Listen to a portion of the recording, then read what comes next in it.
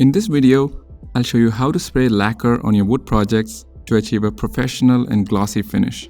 For this job, you'll need lacquer, wood, a respirator mask, safety goggles, and gloves.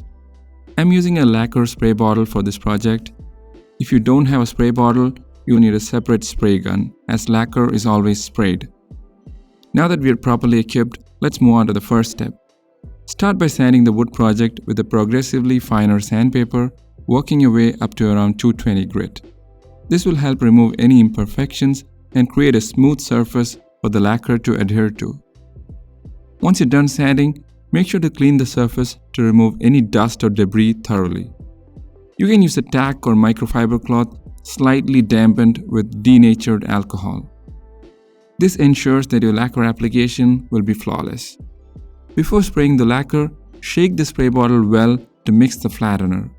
Then, holding the bottle about 8 to 12 inches away from the surface, spray the lacquer in a smooth, sweeping motion.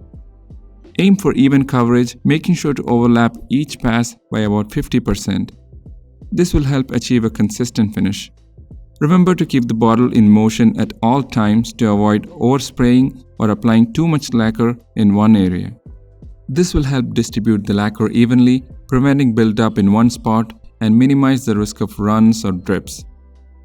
Once you've applied the first coat, let it dry.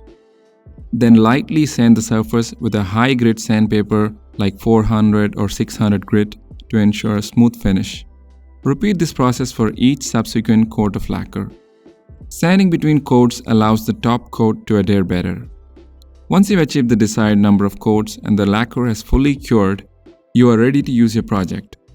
I hope you found this video helpful. Remember, practice makes perfect, so don't be discouraged if you don't achieve a flawless finish right away. Thank you for watching, and I'll see you next time.